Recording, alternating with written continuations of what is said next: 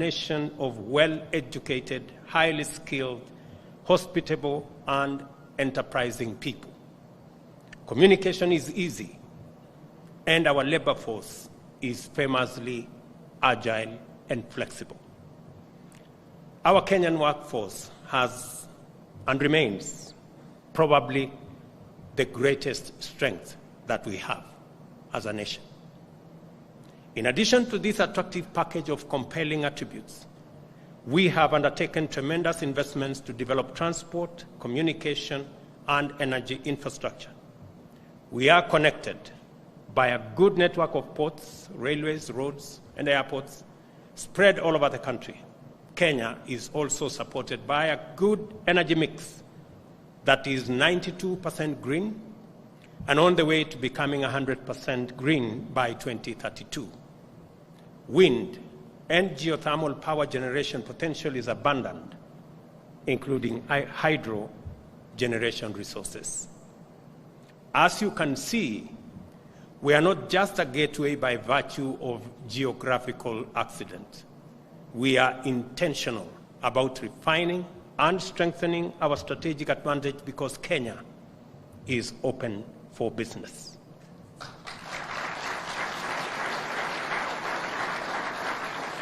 This is to say that Kenya is interested in and committed to promoting the best operating environment for business enterprises, and that our policy and institutional framework is designed to make Kenya the most competitive investment destination. It is also to affirm that we are determined to deliver on every single undertaking, commitment, and pledge that we make to any stakeholder, be they citizens, communities, businesses, or our international partners like the ones we have in this room this afternoon. My friends, Kenya is not only open for business, we also mean business.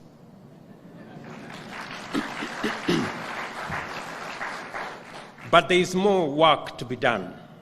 Private sector players make long-term investment decisions in an environment with predictable policies, among them tax policies. My administration is finalizing a new tax policy guideline that have gone through various stakeholder consultations, including inputs from AmCham. This policy that will enhance transparency in our tax regime will take effect by June 2023, that is this year, and it will be in place for a minimum of 3 years at least. We're doing this so that you can make your investment decisions knowing exactly how the tax regime will look for the next 3 years. The growth of digital commerce has forced many countries to impose digital service tax measures on income derived in their tax jurisdictions. Kenya has also done the same. But following discussions with players in this sector, we have made a commitment to review this tax regime and align it with a two-pillar solution currently being developed by the Organization for Economic Cooperation and Development, which is an inclusive framework. The framework will guide the taxation of digital commerce transactions going forward once the negotiations are complete.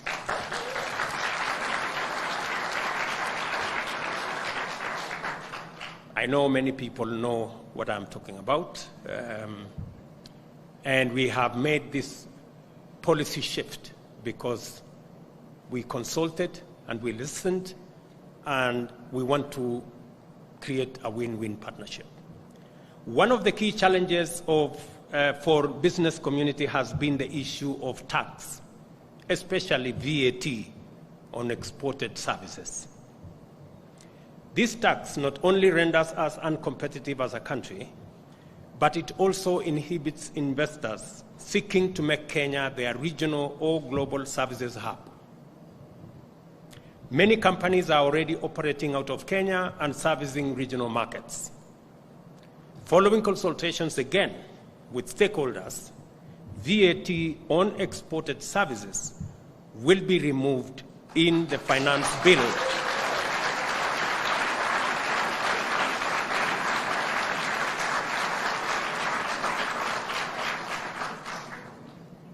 Let me take that again. Maybe I could get some more applause. Following consultations with stakeholders, VAT on exported services will now be removed in the finance bill in the coming budget in June this year.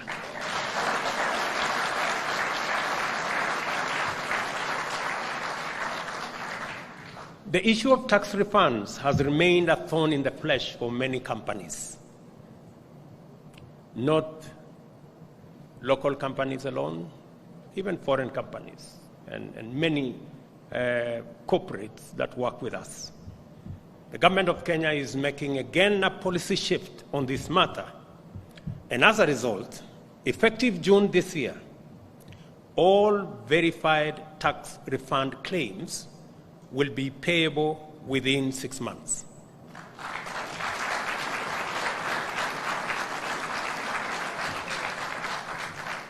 I know that has been said somehow before. But let me say this additionally. If, for whatever reason, a refund is not made by the Kenya Revenue Authority within this period, the taxpayer can offset their claim against future tax liability without further application to the Kenya Revenue Authority.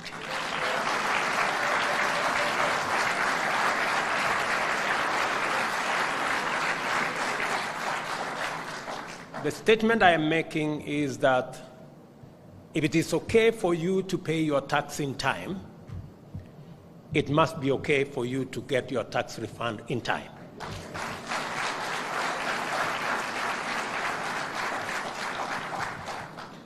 And if we fail, for whatever reason, after you have paid your tax in time, I am saying, after 6 months, all verified tax refunds you can net off from what you're supposed to pay to the government of Kenya. That way, we will eliminate any possibility of tax refunds outstanding for more than 6 months.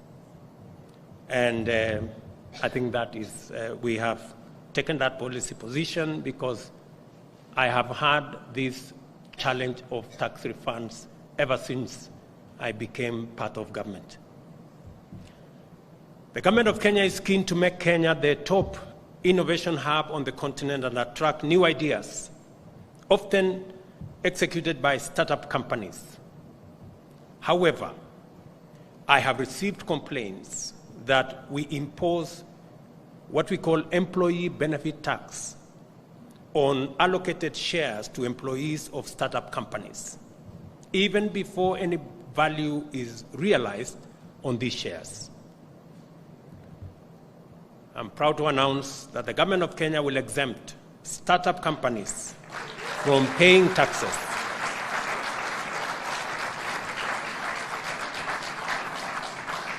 The government of Kenya will exempt startup companies from paying taxes on such unrealized gains on employee allocated shares starting July 1 this year. I know I'm speaking to many Kenyan startups. I know I'm also speaking to many startups from everywhere in the world. It's only fair that we give these startups a chance to be by not imposing unnecessary restrictions, especially when initially they are not able to pay as much for their employees. And in exchange, they want to allocate some shares. It's not fair for anybody to be asked to pay tax on shares that you have been allocated before you sell the shares. I think you can only pay tax when you sell the shares. I am committed to make Kenya one of the most attractive places to do business. As you may know, Kenya has been ranked the third most attractive place to do business in Africa by World Bank under its ease of doing business scheme. We continue to build on this success story. We are also reviewing our special economic zones and export processing zones laws to remove impediments to attracting new local and foreign investments. The raft of amendments are under stakeholder consultations, and Moses Kuria will bear me witness, and we intend to have a new set of incentives by July 1 this year. The national ICT policy requires foreign ICT entities that set up in Kenya to have a 30% domestic equity. This position is untenable and has made it impossible for large corporations to invest in Kenya. As a result, we will review this position and remove the requirement of 30% equity to facilitate greater investment in the ICT sector. And additionally, our data protection law is aligned to support robust growth in data storage.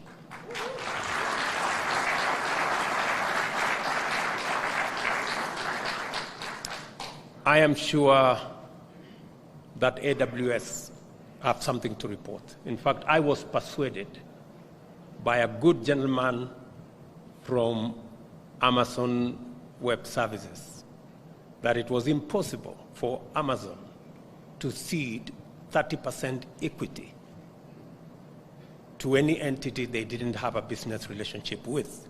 And as a result, they were holding their investment in our country.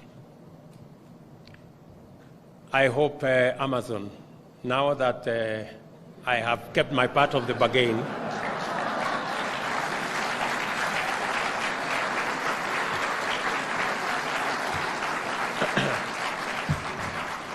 now that I have kept my part of the bargain, I hope you keep yours. And it's not just about Amazon. It's about all other ICT companies that want to invest in our country. Kenya has one of the most developed financial services sector in the continent. We are ripe for the establishment of an international financial center in Nairobi to attract global financial players. To continue to reinforce this strong position, we are working with organizations such as Financial Action Task Force to ensure Kenya fully complies with the relevant international standards on money laundering and terrorist financing activities, so as to make this international financial center a reality. And Moses Kuria has marching orders on what he needs to do for us to make this reality.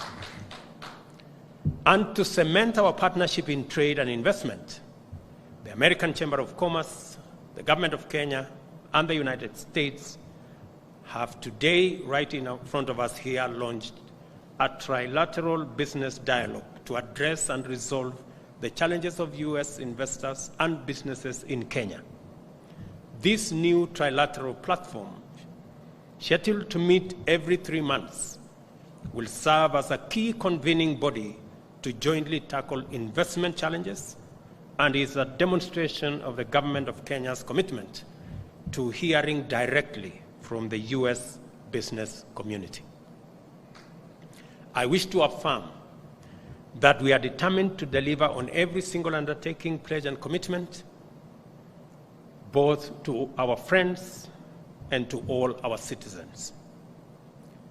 I will now cover a few areas where interesting activities is taking place to highlight the opportunities and progress in Kenya.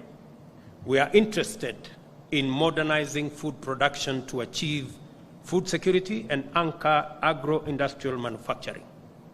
The lifting of the long-awaited ban on GMO crops is intended to bestow the benefits of safe technology to support agricultural abundance. The Kenya food exports to the US increased by nearly 10% in 2022 to reach US dollars 190 million. There are opportunities to leverage US-Kenya investments and collaboration to grow the agricultural sector and take full advantage of the US market. Del Monte, for example, the largest private sector employer in Kenya, has invested US dollars 5.5 million in a new state-of-the-art fruit packaging facility as part of its diversification program. The facility has a processing capacity of 60,000 metric tons of fresh fruits and vegetables a year and has created 280 jobs already. Del Monte's plan is to source pineapples, avocados, mangoes, French beans from local growers in Murang'a, Kiambu, Machakos, and other counties, engaging about 2,000 farmers. I am delighted to share that Kentegra, that was already mentioned by Moses, a US-Kenya company at the forefront of restoring our country's position as the leading producer of organic pyrethrum insecticides, is building a new pyrethrum refinery in Nakuru. With support from the US government, this refinery will benefit about 90,000 farmers in 5 counties. I had the privilege to connect Ambassador Meg with the 5 governors so that they can provide scale for this factory. And in fact, as the Nakuru Governor Susan Kihiga said in January when she announced the new investment, and I quote her, "I am a very big champion of pyrethrum, and I am convinced we can make it one of our main cash crops and best money maker again." This reminds us of where Kenya was a few years ago. The Kenya-US partnership is at the center of this industrial revival. Synergy, a US investment and innovative company founded by young Massachusetts Institute of Technology graduates that turns waste into fertilizer, fuel, and animal feed, will expand their farm and organic waste collection, more than doubling their production of affordable, locally produced agricultural inputs to the benefit of at least 10,000 farmers. The expansion of the factory will also create at least 300 new jobs. Leveraging US agriculture and green technology solutions can help Kenyan farmers adapt to drought and climate change.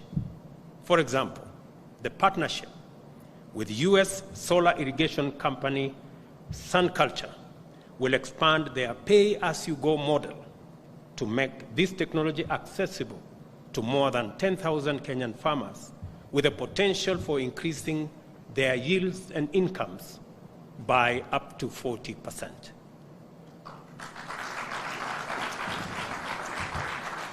Hello Tractor, a company the First Lady of the United States, Dr. Jill Biden, visited when she was in Kenya last month, is an ag-tech company that connects tractor owners and smallholder farmers through its tractor sharing application. With John Deere, they are scaling up operations throughout Kenya, combining Hello Tractor's ability to unlock the last mile of digital agriculture with John Deere's sector know-how and investment creates significant opportunities to add additional services to smallholder farmers, such as climate-smart agriculture, operator training, and agronomist services. iProcure, the largest agricultural supply chain platform in rural Africa, will scale up its distribution model to reach an additional 1 million smallholder farmers in Kenya with affordable agricultural inputs. I was amazed when I came across this great investment in Western Kenya and what they are doing. I am also excited about the US company Victory Farms. People may not know that Kenya is home to the fastest growing aquaculture company in sub-Saharan Africa. Victory Farms is producing high-quality tilapia, empowering communities, and also creating employment. New investments secured into Victory Farms will see them quadruple their production, creating thousands of jobs for women entrepreneurs while supplying affordable, safe, and high-quality fish protein to millions of Kenyan consumers.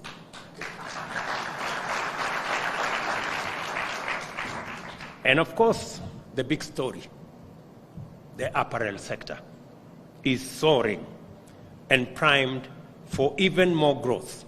Kenya's 2022 apparel exports to the United States hit an all-time high of US $544 million, a 21% increase from 2021, and over 60% of our exports to the US last year.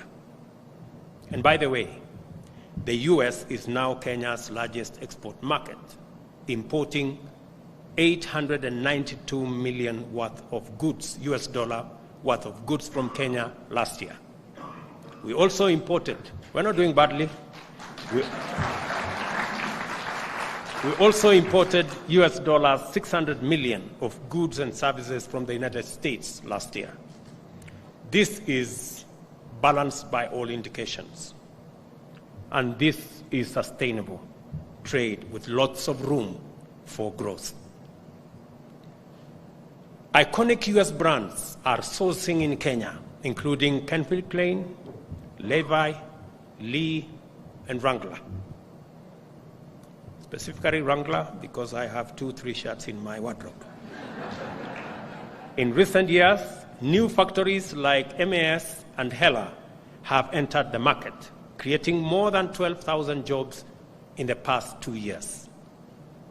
Since I came into office, new partnerships have been launched with a number of leading manufacturing companies, including the aforementioned MAS and Mega, Coastal Apparels, UAL, that will create an additional 20,000 jobs and increase exports by an additional US dollars 200 million in the next 2 years.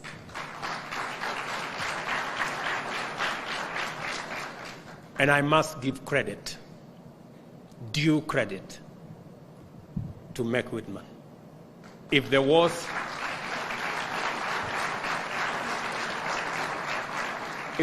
a possibility for one ambassador to represent 2 countries, Meg Whitman would be one of them.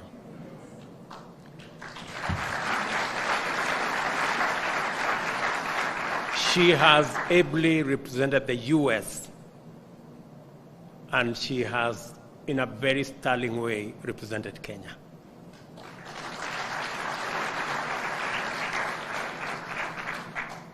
We are also working with best cooperation on a new apparel manufacturing facility in Kenya to be launched mid this year, with plans to hire another 2,400 new employees.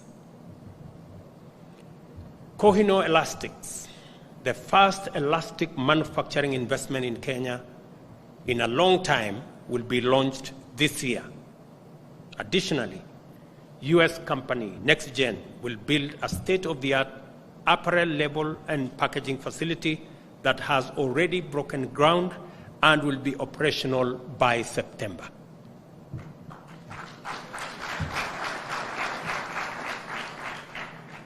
Let me talk a bit about innovation. From the Silicon Savannah to the green energy sector, many innovative companies are already calling Kenya home. Like agriculture and apparel, there is huge growth potential in this priority sector. Kenya is a global leader in clean energy solutions. US companies are big investors in Kenya and East Africa's off-grid sector. with more than 40% market share. These companies are providing millions of people with access to life-changing benefits of power in rural Kenya. In the past year, these companies have provided more than 860,000 Kenyans with access to off-grid connections and worked with industry leaders to raise more than $120 million for the development of the sector.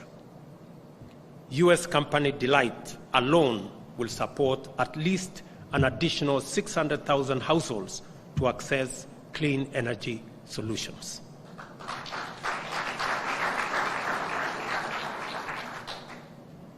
Milele Energy, a US company, has just concluded a deal to acquire part of the Turkana wind power project, one of the largest in Africa and producer of over 20% of Kenya's electricity in 2022. This is together with plans for expansion. Sympion Power, another American company, is closing in on a deal to develop a geothermal plant in our Rift Valley. I am also delighted that plans are moving forward for Kipeto 3 right here in Ngong, a new 50-megawatt grid-connected wind power plant with an integrated battery storage component for the first time.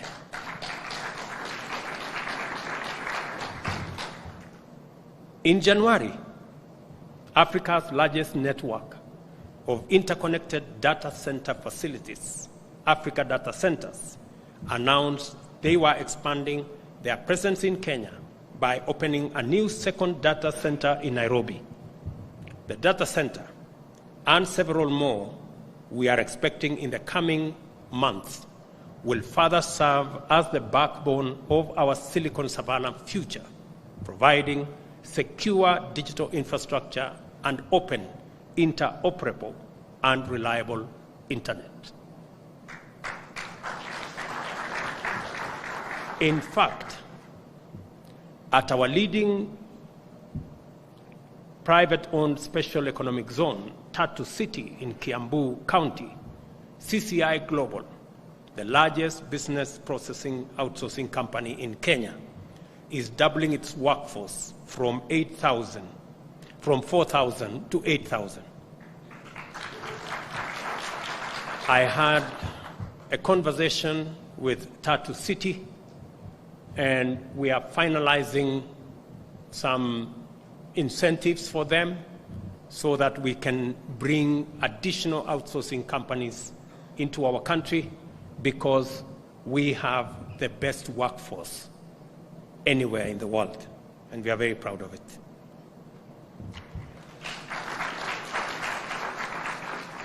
In the next year, again, CCI will add 4,000 jobs in Kenya for American clients like United Airlines, Spirit Airlines, JetBlue, AT&T, and Shipped. These are new jobs for young Kenyans, largely between 18 and 24 years, who are known by international brands for their highest level of customer service. Thanks to CCI and its American clients, Kenyan hospitality has gone global. On the Silicon Savannah, I know Kenya can further hone our technology ecosystem to attract business and become the premier destination on the continent for big tech companies and vibrant startups. Full-stack software engineering, quality assurance, artificial intelligence, cybersecurity, e-commerce, fintech, agtech, sales and marketing, and finance jobs. And that is why we are rolling out an extra 100,000 kilometers of broadband connectivity to make it possible for these fintechs to work with us. And looking forward to Africa's future, Kenya is also the continental leader in e-mobility and 2- and 3-wheeler electric vehicle and buses. As I told you, we just came from Brussels to expand discussions around e-mobility and to make it possible for us to continue to lead the way in ensuring that we green not just our grid, but we also green our roads and rail. We are home to over 30 e-mobility companies, including industry leaders like Kiri, Rome, Basico, Akride, PowerHive, while attracting regional players like Ampersand, who expanded into the Kenyan market with US support, and US electric vehicle industry leader, Rivian, who has e-Safari vehicles operating in Kenya. I was lucky to be in one of them recently. These companies and many others are raising significant capital, transforming Kenya and transforming Africa's future. Finally, I want to highlight the medical and pharmaceutical sector, where I have a major announcement to make today. It is with pleasure that I announce a finalized deal between Moderna and the government of Kenya to build a $500 million mRNA vaccine facility in Nairobi.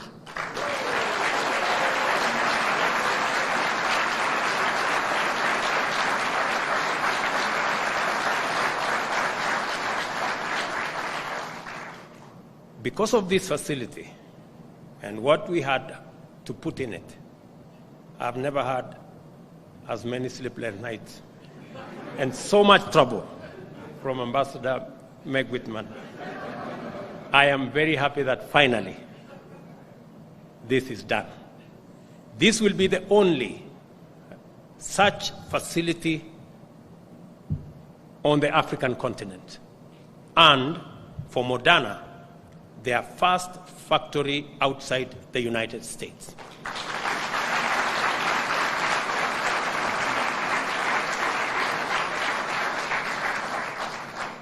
Moderna's close to $70 billion investment will be a catalyst for the medical and pharmaceutical industry, not just in Kenya, but in our continent.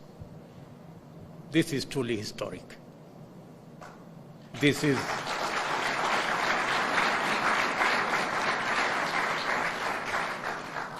major. This is my administration's vision for the future of Kenya. And for the record, MCC is on the way. I think we are in the final stages of finalizing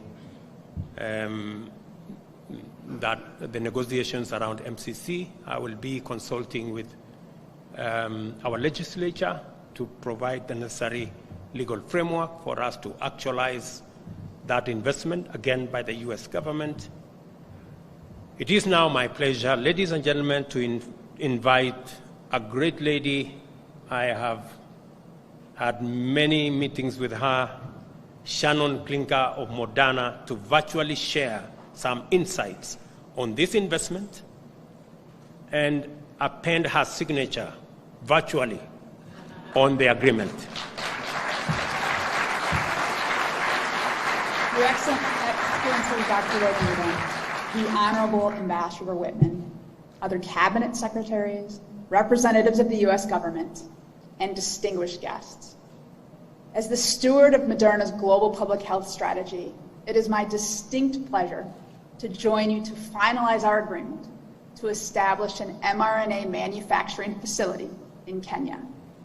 This is a momentous occasion, which marks the promise of Moderna's first mRNA manufacturing facility in Africa.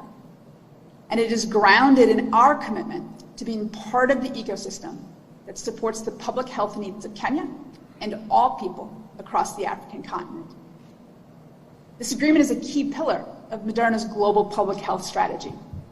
With it, we will bring mRNA innovation to Africa to address areas of high unmet need, such as acute respiratory infections, as well as persistent infectious diseases like HIV and outbreak threats such as Zika and Ebola. It also demonstrates our great confidence in the investment climate in Kenya and the importance of utilizing mRNA technology to build resilience and health security in Africa. Our shared desire for a healthy ecosystem for vaccines development and manufacture for the continent is amplified by the expanding role of industry in East Africa. Moderna is building towards regionally responsive manufacturing. And with this agreement, we now have commitments to establish mRNA manufacturing facilities in Kenya, Australia, Canada, the United Kingdom, and the United States, furthering health security around the world.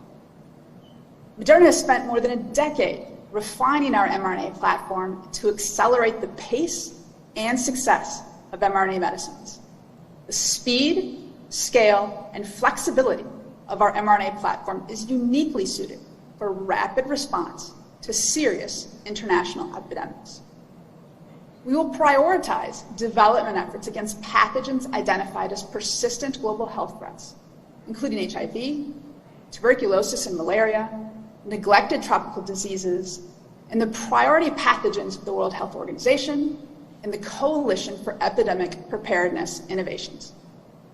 And we are committed to advancing into clinical studies a portfolio of 15 vaccine programs targeting emerging or neglected infectious diseases by 2025, advancing vaccines that address current diseases of significant impact to low and middle income countries, and those that prepare for serious international epidemics. We have much work to do together as we strive to enable access to manufactured mRNA vaccines in Kenya and to build the capability to rapidly scale and respond to public health emergencies in the continent and around the world. Your Excellency, President Ruto, on behalf of Moderna's Board of Directors and our CEO, Stéphane Bancel, we are very grateful to you and your government for your vision and partnership in this endeavor. And we are also deeply grateful for the leadership of the Honorable Meg Whitman and for her instrumental support of me and of this project.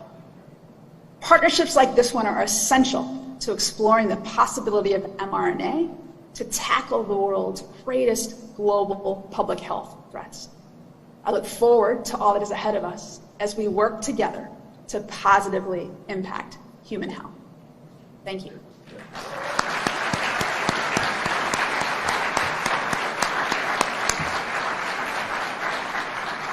Let me invite Moses Kuria, Cabinet Secretary for Investment, and the Principal Secretary for Investment.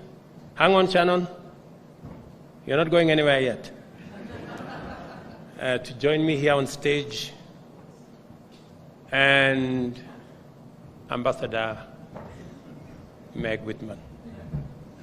With a lot of humility, please.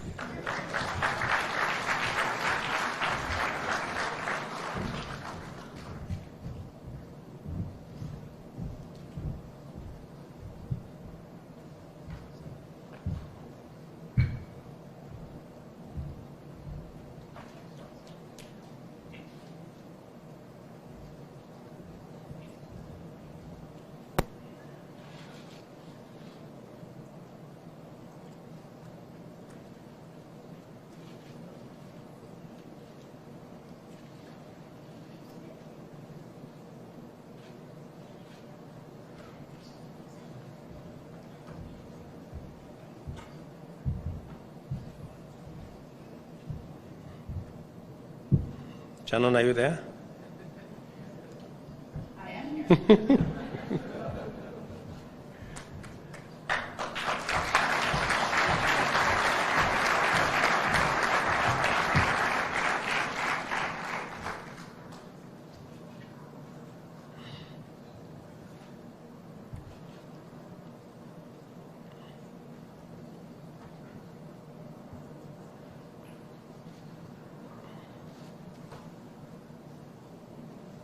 Some tech expert need to tell us how a virtual signing ceremony is done.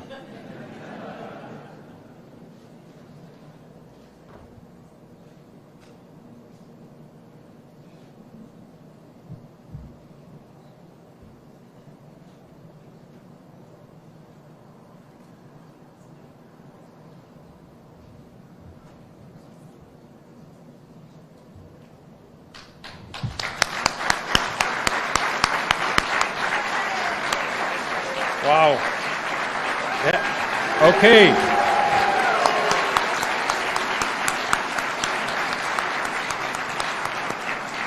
Thank you, thank you, thank you. That's how it looks. Thank you, Shannon. You've been exceptional. Thank you very much. Thank you. And as a lifelong hustler, I understand business. The Kenya government understands business. If your business is already here, we welcome your investment, partnership, and future expansion. If you're not here, as we say in Kiswahili, Karibu Kenya, welcome to Kenya. I saw, while I was traveling, the US ambassador's post on the embassy website that read, "Why Africa? Why Kenya?" Meg, it is my hope that I have ably demonstrated in my address that Africa is the continent of opportunities and Kenya means business. Thank you very much.